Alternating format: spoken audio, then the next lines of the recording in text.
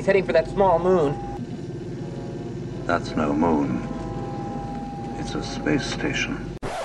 No, Obi-Wan Kenobi, it isn't. It's a ship. Now, the Death Star is described on Wikipedia and various Star Wars sourcebooks in the same way that the Colossus from Star Wars Resistance is described, in the same way that people describe the Vasari Orculus starbase from Sins of a Solar Empire, or the Daedalus from Battlestar Galactica Deadlock. It's described as a mobile space station. Now, I hate this term. This is a hideous, self-defeating term. It cannot be both mobile and stationary. Now, I'm well aware there are people typing away in the comments right now, oh, but Spacedock, nothing is stationary, everything in space is moving. Yes, I'm well aware of that. Everything everywhere is moving. Everything is in space. But this sentence is handily calibrated to be redundant against being correct, even under those circumstances. If we don't consider an object at a relative halt in space to be stationary, then nothing is a space station, so you can't describe anything as a mobile space station. If we consider things at a relative halt to be stationary, then things like the Death Star that move around are mobile rather than being stationary, and therefore not mobile space stations. It's a sentence that can never, in any universe, make sense.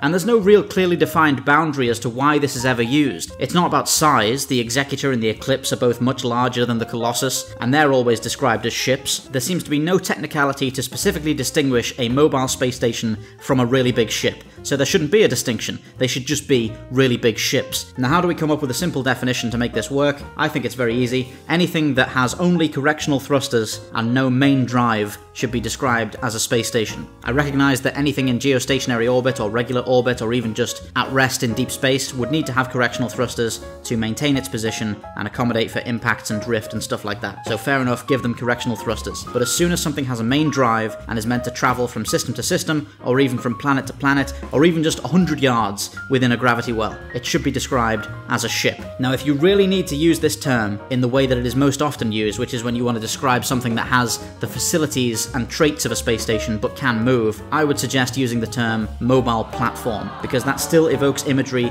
of a space station's facilities and attributes just mobile, without specifically describing something as stationary when it clearly isn't. So there you go, let's have more mobile platforms and let's completely get rid of the horrible, ugly term mobile space station. I'm watching you, sci-fi writers. Do not tempt the wrath of Spacedock.